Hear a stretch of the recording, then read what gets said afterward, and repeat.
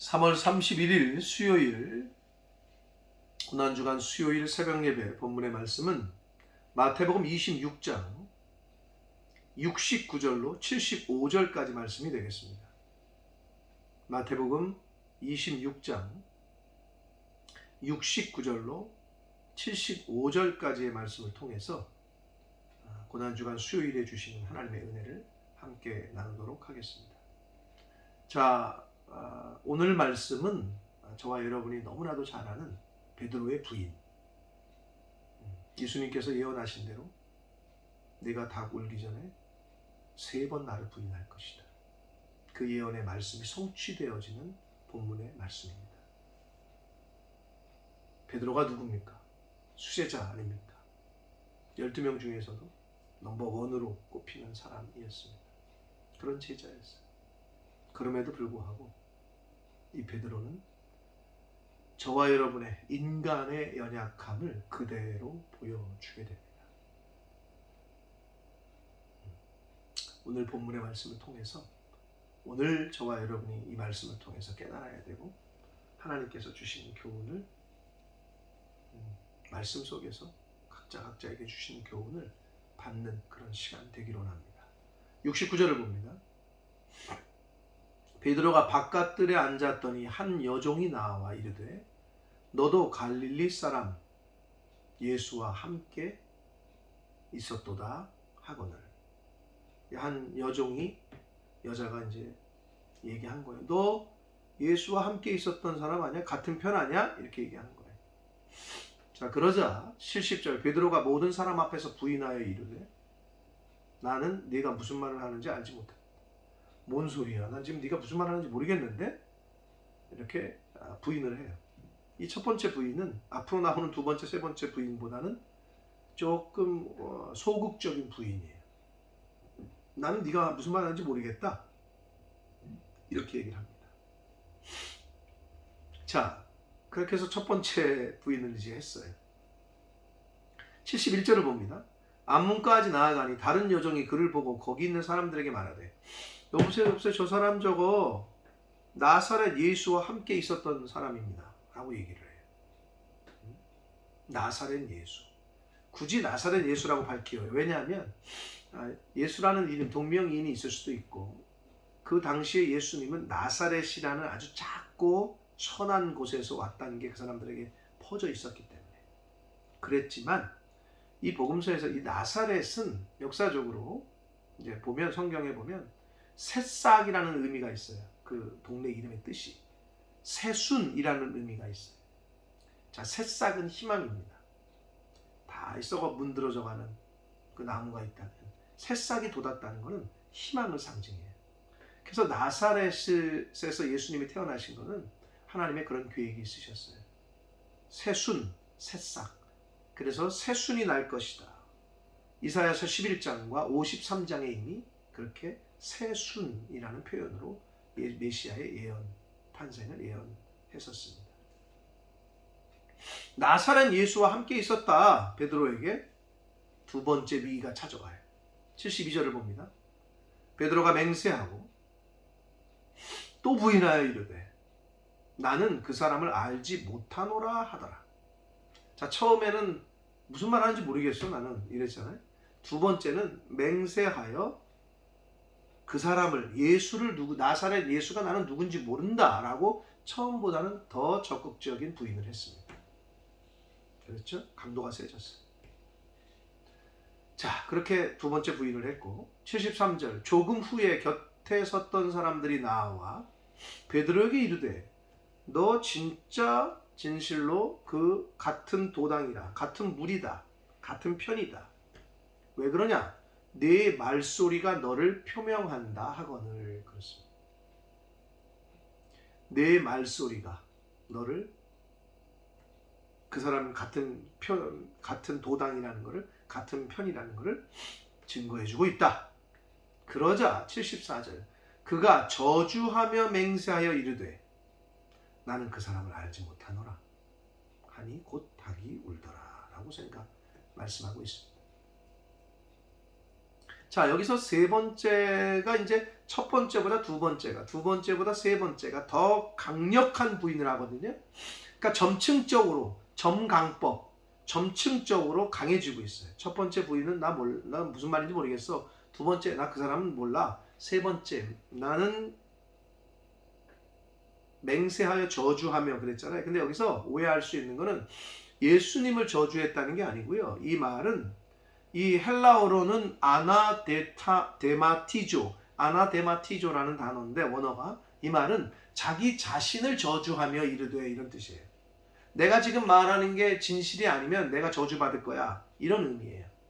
그러니까 처음에는 그냥 뭐 소극적인 부인, 두 번째는 맹세하여 나는 아니야. 그 사람 몰라. 세 번째는 맹세를 하지만 자기 자신까지 저주하면서 강력하게 부인을 한 거죠. 자기 자신을 저주하며 맹세하여 이르되 나는 그 사람을 알지 못한다. 점층적으로 아주 강하게 부인을 해요. 아주 바닥까지. 그러자 닭이 울었다. 그 닭소리를 들었을 때 베드로의 마음이 어땠을까요? 75절을 봅니다. 이에 베드로가 예수의 말씀에 닭 울기 전에 내가 세 번 나를 부인하리라 하시니 생각나서 밖에 나가서 심히 통곡하니라 라고 기록되어 있습니다. 사랑하는 성도 여러분, 너무나도 잘 알고 있는 베드로의 부인의 이 스토리였습니다. 베드로가 세 번 부인한 게 베드로가 실패한 걸까요? 어떻게 이럴 수 있을까? 이런 생각이 드세요? 사실은 인간의 연약함을 그대로 보여주고 있습니다. 다시 말씀드리지만 베드로는 제자들 중에서도 최측근 넘버원이었습니다. 수제자였어요. 그런데도 역시 그는 인간이었어요. 예수님의 최측근에서 말씀을 듣고 기적을 경험하고 교육을 받고 훈련을 받았지만 그럼에도 불구하고 연약함이 있었어요. 예수님은 잡혀갔고 자기 혼자 남았는데 그런 환경에 처하자 그 연약한 본성이 그대로 드러났어요. 저와 여러분도 충분히 그럴 수 있음을 우리는 늘 인정해야 돼요. 우리의 연약함을 늘 인정하고 그 연약함 가운데 하나님의 도우심을 위해서 늘 기도하고 늘 겸손한 자세로 신앙생활하지 않으면 우리도 언제 어떻게 베드로처럼 예수님을 부인하는 것과 같은 삶을 살지 모릅니다. 그러므로 늘 나의 연약함, 하나님 앞에서 우리는 아무것도 아님을 늘 인정하고 하나님의 말씀으로 늘 충만할 수 있도록 늘 나 자신을 살피는 그런 신앙생활을 하시는 저와 여러분이 되어야 될 줄 믿습니다. 근데 여기서 우리가 알 수 있는 건 예수와 함께 있었다. 나사렛 예수와 함께 있었다. 라고 얘기를 해요. 여러분, 제자는 어떤 게 제자냐? 예수님과 함께 있는 것, 하나님과 함께 있는 것, 교회와 함께 있는 것, 주의 종과 함께 있는 것. 그게 진정한 주님의 제자입니다. 여러분, 주님의 제자면 스승과 함께 있는 거죠. 응? 교회의 직분자고 그 교회의 성도면, 멤버십이면 교회와 함께 있는 거죠. 교회의 멤버십이면 당연히 담임 목사님과 함께 하는 거죠. 목자와 함께 하는 거예요. 왜 그런지 아세요?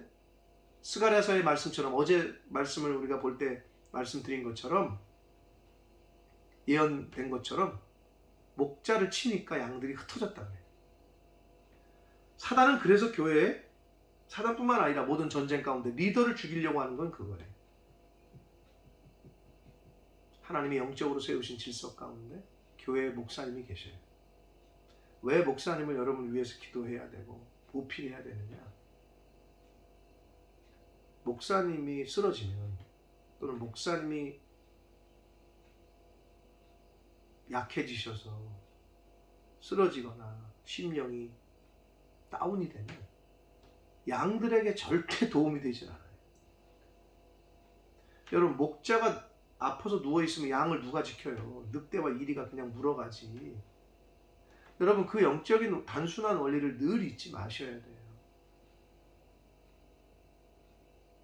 여러분은 목자를 위해서 기도해야 되고, 목자는 여러분을 위해서 기도할 때, 그리고 여러분은 목자를 위해서 희생하고 섬길 때, 목자는 양을 위해서, 성도를 위해서 섬기고 희생할 때 서로에게 복이 되지만, 거꾸로 양은 양 자기만 생각하고 목자는 목자만 생각하잖아요. 서로 망하는 거예요. 하나님이 그렇게 만드셨어요. 근데 이거는 순리야. 순리. 어느 회사의 직업에 들어가요. 직장을 구해요. 그럼 그 직장을 위해서 자기 회사를 위해서 충성하잖아요. 회사가 그 사람을 계속 승진시켜요. 당연하죠. 충성하니까. 그럼 어떻게 해요? 회사도 좋고 그 사람도 승진이 되고 월급도 많이 받고 좋고.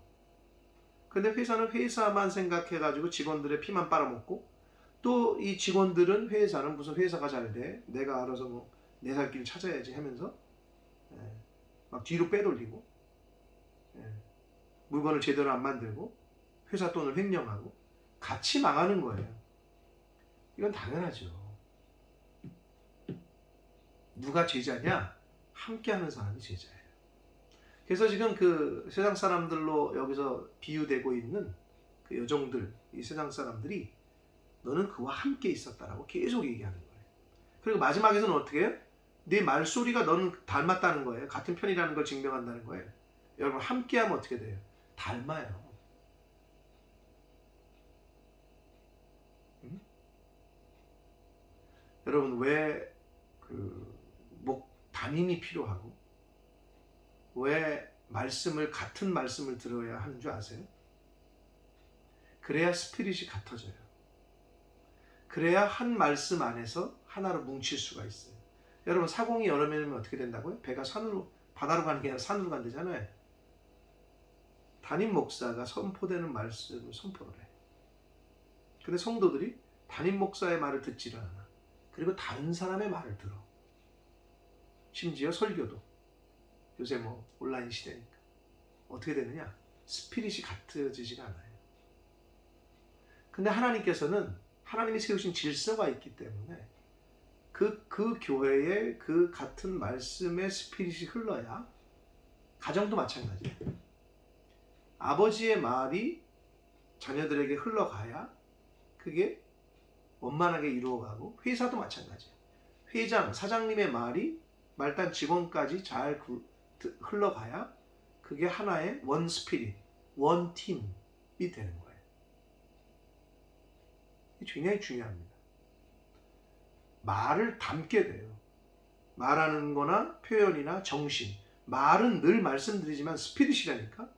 내가 너희에게 이른 말이 영이라 그랬다니까. 여러분, 말싸움 한다 그러잖아요. 그게 정신, 영적 싸움이에요.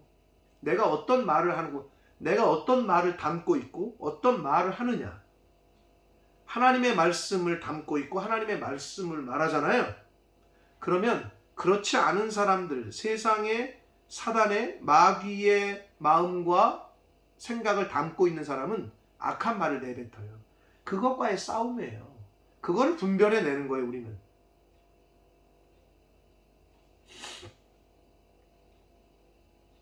내 편인지 아닌지는 말소리를 들어보면 알죠. 심지어 북한 사람들 북한 사투리 쓰잖아요. 그러면 전쟁할 때 어떻게 해요? 말 들어보면 저게 우리 편인지 아닌지 알 수 있을 거잖아요. 말을 들어보면 어느 지방 출신인 걸 알잖아요. 그래서 말하는 걸 보면, 야, 저 사람 교회 다닌다고 하는데 어떻게 말을 저렇게 하지? 성령, 그 영은 이 속에 있는 것에서 쌓은 선에서 선이 나오고, 하나님의 말씀을 쌓은 사람은 하나님의 말씀이 나오지, 하나님의 말씀을 생각하고 하나님의 나라를 생각하는 사람은 그 쌓은 것에서 여기서 나오는 게 스피릿이에요. 그래서 말을 들어보면 안다니까요. 무슨 말을 하는 건지, 어떤 생각으로 저 말을 하는 건지, 그게 하나님이 주신 성령으로부터 온 생각인지 아닌지를 말을 들어보면 알아요. 말소리가 같아져요. 즉 정신이 같아진다는 거예요. 그리고 사실 흉내도 비슷해져요. 자기가 이렇게 오래 같이 있으면 본을 받게 되거든요. 계속 보게 되면. 그래서 아이들이 부모님의 말투도 담고요. 말투만 담는 게 아니라 미안하지만 말 속에 담겨있는 정신까지 닮아요. 그렇기 때문에 여러분이 말을 할 때 부모가 악한 말, 분노, 화, 세상적인 말을 자꾸 내뱉잖아요. 그 정신이 그 아이한테 그대로 들어가는 거예요. 그런데 계속 하나님의 말씀으로 축복된 말, 긍정적인 말, 하나님의 말씀을 계속 얘기하잖아요. 그럼 그 정신이 그 아이한테 들어가는. 그래서 중요하다는 거예요. 무엇을 듣고 무엇을 보느냐가 그래서 중요하다고 얘기하는 거예요. 베드로에게는 그게 배어 있었어요. 왜? 최측근이었으니까. 사랑하는 성도 여러분, 누가 주님의 제자냐? 누가 주의 교회의 일꾼이냐? 함께하는 사람. 여러분 누구와 함께하고 계십니까? 독불장군입니까? 우리 흔히 세상 사람들이 말하는 독고다입니까? 나는 교회도 싫고 교회 사람들도 싫고 나는 혼자 신앙생활해. 하나님은 절대 그걸 원하시지 않습니다. 하나님은 공동체로 교회를 부르셨어요. 그래서 내 이웃을 보고 배울 걸 배우고 또 그 이웃의 연약함과 힘듦을 같이 힘들어하고 채워주고 그러라고 공동체를 주신 거예요. 섬기라고, 이웃의 것을 뺏어 먹으라고 한 게 아니라. 그래서 목사는 자꾸 성도들을 섬기는 거예요. 왜? 그래야 복이 되기 때문에. 그 성도는 또 목사를 섬기고 서로 섬겨야 돼. 그래야 복이 돼. 받기만 하잖아요. 여러분 받으면 좋죠. 선물 받으면. 절대 복이 되지 않아요. 주는 자가 복되다라고 예수님은 분명히 말씀하셨어요. 아니 그걸 왜 안 해? 복을 받는 비결이 성경에 써져 있고 가르쳐 주셨는데. 함께 하시는 주님의 교회와 주의 종과 예수님과 말씀과 함께 하시는 저와 여러분 되시길 축복합니다. 그리고 베드로가 부인은 했지만 예수님의 말씀이 생각이 나서 밖에서 심히 통곡했다 그랬잖아요. 아주 그래도 가능성이 있는 거예요. 하나님의 말씀이 생각나는 사람은 그 사람이 복이 있는 사람이에요. 아직 가능성이 있어요. 돌이킬 가능성이 있는 사람이에요. 하나님의 말씀이 생각이 나는 사람은. 생각조차도 안 나는 사람이 있어요. 하나님의 말씀이 교훈이 생각이 안 나. 근데 어떻게 돌이키겠어요? 바라기는 하나님의 말씀을 듣고 읽고 묵상하셔서 어느 순간에건 하나님의 말씀이 생각나도록. 그러면 베드로처럼 회개하고 돌이킬 수 있는 기회를 얻게 됩니다. 바라기는 이 베드로가 어떻게 이럴 수 있나라는 관점이 아니라 바로 우리 인간이 충분히 이렇게 연약하고 이렇게 쓰러지고 이렇게 넘어질 수 있다는 것을 잊지 마시고, 그리고 누가 주님의 제자라고 해? 함께 하는 자가 제자다. 하나님과 함께 하시고 교회와 함께 하시고 주의 종과 함께 하고 이웃과 함께 하는, 힘들 때 함께 해주는 사람, 그게 진정한 위로 아니에요? 그러한 저와 여러분, 그러한 신앙생활 하시는 저와 여러분이 되기를 예수 그리스도 이름으로 축복합니다. 기도하겠습니다. 살아계신 하나님 아버지, 베드로가 한 번도 아니고 3번씩이나 부인을 했습니다. 예수님이 예언하신 것 그대로 베드로는 실패하고 넘어졌습니다. 아버지, 베드로가 어떻게 수제자이면서 이럴 수 있느냐가 아니라 바로 저희의 모습이, 바로 저희들이 그렇게 연약하고 그렇게 언제든 넘어질 수 있는 존재들임을 깨닫게 하셔서 하나님의 말씀과 하나님의 성령으로 늘 충만하게 나 자신을 되돌아보고 살피는 저희들 되게 하셔서 말씀과 함께하고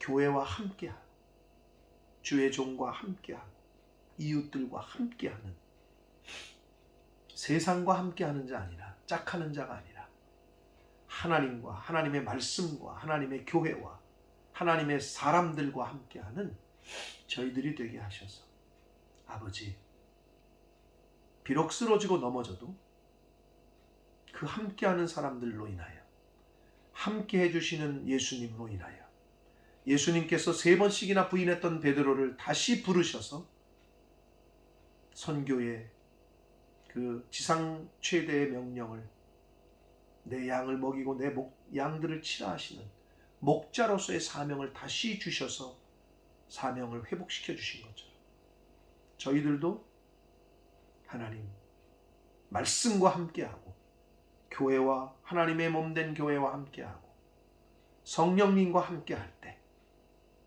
쓰러지더라도 다시 회복시켜 주실 줄 믿사오니 아버지, 하나님과 하나님의 말씀과 주님의 몸된 교회와 하나님의 사람들과 함께하는 그러한 고난주간, 그러한 남은 인생 되도록 주여 은혜 내려 주옵소서. 예수 그리스도 이름으로 축복하며 기도 올립니다.